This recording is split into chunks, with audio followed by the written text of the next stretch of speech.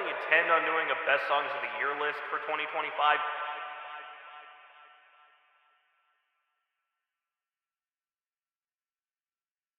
Fuck it. Number 11, Your Father Will Die. Swing like a blade when I cut through the beat. Shadow step flow, can't track my feet. I'm gonna start out the list with Lotus Juice's relatively newest single, Glitch. Kind of because I've become a fan of him this year on account of playing Persona 3 Reload, but also because the song's just really good. I love the production on this, especially during the chorus with those heavenly sounding vocal samples throughout it. The whole vibe of it is just euphoric. I like all the video game-esque bars going on here, and I think that little ad-lib of I care after he says I don't care what's next is pretty funny. I have it pretty low on here just for how new it is, but it's been in heavy rotation for me since it came out.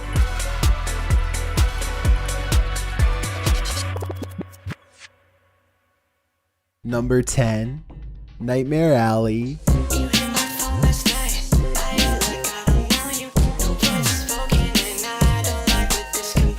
Speaking of heavy rotation, Compromise was on repeat for so long after it dropped. The acoustic guitar melody sounds so nice, those 808s be sliding like a motherfucker, and OK Kirk's flows are so incredibly catchy. My favorite example of this is...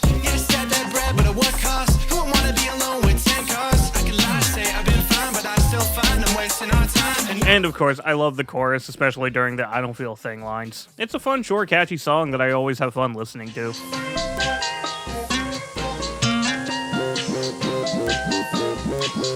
Number 9, Businessmen Encounter. Why is every song played on a heartstring? Searching for the real thing, falling into pieces in the back of the room. I told y'all this would be on here if I made a list.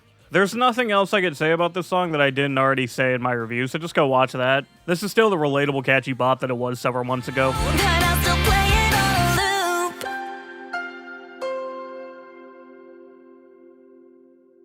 loop. Number 8, Don't Forget the Plastic Bag. Do you wanna know? Do you wanna know? As Everything Unfolds has begun their album rollout, and based on the 3 singles, it's shaping up to possibly be their best album to date. I'm loving the sound they're going for, and I'm even more interested in the album cover, given all the singles including different parts of the same car. But with that being said, Point of View is my favorite of the 3, and grew to end up being on this list after a certain turn in my life made some of the lyrics more relatable than ever. What You Wanted is easily the heaviest, Set and Flow is the most different, but Point of View has become the most relatable, with a great guitar riff and a catchy chorus that even before it became relatable, I would just have stuck in my head for hours some days. Number 7, Encounter with a Psycho.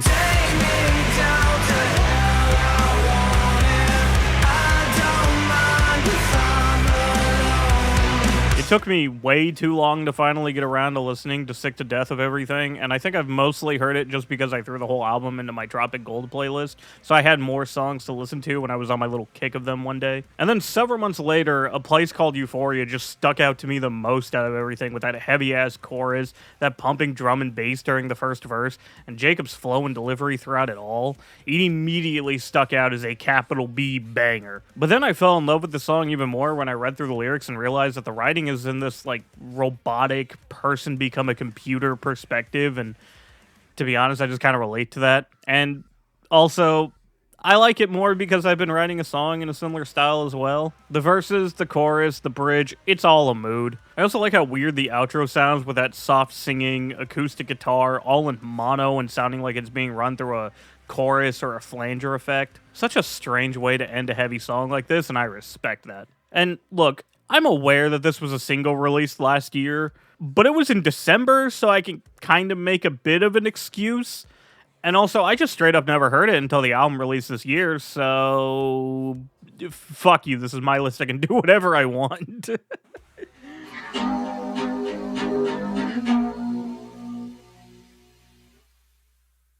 Number 6, Have you ever felt like something was watching you?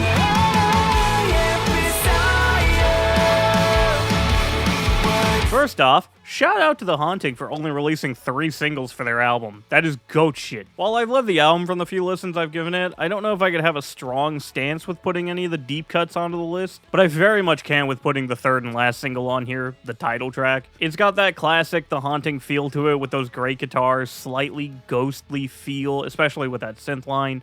catchy lyrics and melodies, and it was on repeat a lot after I heard it, and what started making me excited for the rest of the album. I wouldn't be surprised if this ended up being one of my most listened to songs of the year, and it definitely deserves to be on this list.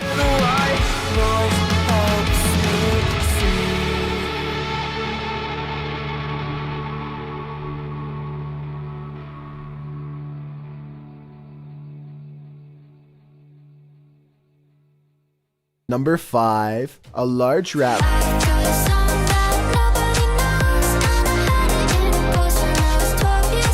So I first heard Nino with her song Info Hazard, and while that song is great with a really dark topic, lyrics that are genuinely depressing if taken in a certain way, works amazing on the album, and has an insane music video that impresses the hell out of me, iPod Touch was the second song I heard from her and immediately became my song of the summer this year. Obligatory mention of vocal chops. Anyways, the song just gives off the vibes of the summer sun. The melodies are catchy as hell. That chorus is just a peak bop. As with a lot of songs, I had this on heavy rotation when I first heard it, constantly stuck in my head, and now when I listen to it at the end of the year, it only brings back some of the good memories I had of 2025. Oh, and I will always love a mention of FL Studio. That's my GOAT right there, even though Nina uses Ableton. I'm keeping it a secret. It sounds like Number 4, Hail Satan. I got 1, 2, 3, 4, 5 killers to be purified, ready to be sent to cities and left unidentified. Young Scrolls finally made it onto the main list without being an honorable mention. I loved the Dark Brotherhood album, and Aura Merchant easily became my favorite song, and that's not surprising at all given for my love of Lucy and LeChance as a character. But goddamn do the bars, flows, and beat switches go hard on this thing. Hell, this is the first Young Scrolls song that has actually gotten my friend Jonas to like since Dagoth Wave. Do you know how many songs I've tried showing this guy and it only took Lucy and LeChance? That's why he's the GOAT. Anyways, go watch my review of this album because I really like it and I'm sad that it didn't get that many views. Moving on.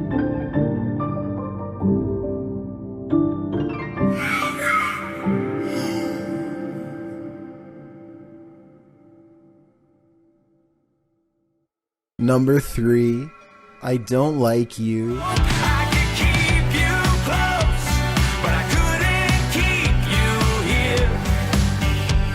A lot can happen in a year. Alright, I'll be real.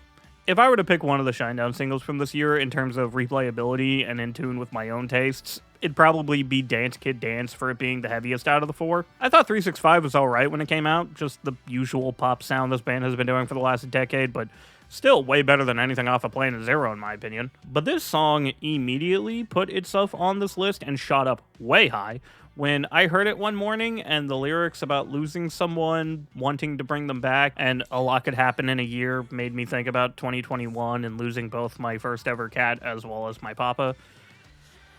And once I started thinking about my papa, I could not stop crying the entire drive.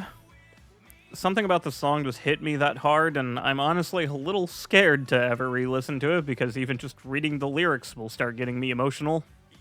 I think that's all I really need to say about this.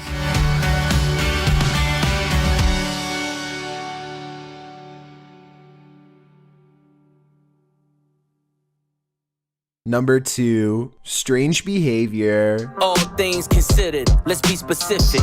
My mama cheek, I miss it. I wanna kiss it. There are so many songs from Let God Sort 'Em Out that I could put on here, but I'm gonna go with my absolute favorite off the album, All Things Considered. And even then, my absolute favorite trades between this and Inglourious Bastards. I can see a lot of people putting The Birds Don't Sing on their list, and that would be an easy pick for me too, but I think I'm still gonna stick with All Things Considered. It's the one I've played the most off this album, the one I love every single time it comes on, the slick as hell production, the great outro from The Dream, Push's verse calling back to The Birds Don't Sing and continuing to be a bit vulnerable, Malice's great verse, the flows, the bars. Every time the song comes on, I just have this instinct to spit every single bar word for word, and it feels so good every time. This was the easiest pick for me. I've considered all things. Number 1, Cop Catches Ghost. Cause I'm a punk rocker, yes I am. Can I get away with this? It was on the soundtrack release this year. This movie was my favorite thing from this year, and this placement was my excuse to bring it up. Go watch Superman. What the fuck do you mean they're Swedish? And that's the songs list of 2025. A bit of a different format than the previous years and a lot less said about the placements. Like I said before, I was never planning on making one for this year, but I ended up just kind of throwing one together at last minute just for the hell of it. The placements weren't that highly thought out, and of course number 1 was more of a joke than anything. Overall, it's really nothing that serious. I just happen to have a collection that I could make into a list and decided why not. After 2023's overly long and dense explanations and 2024's unscripted rambling, I thought of just simplifying the hell out of this year's and messing around with the visual aspect of it. As usual, tell me what your favorite songs of the year were and I'll check them out for myself. And stay tuned in about 12 hours for my first ever favorite movies of the year list. With all that being said, hope you have a good day. And of course, everyone has their own opinion, but my opinion is the best opinion. I'm sure you figured that out already.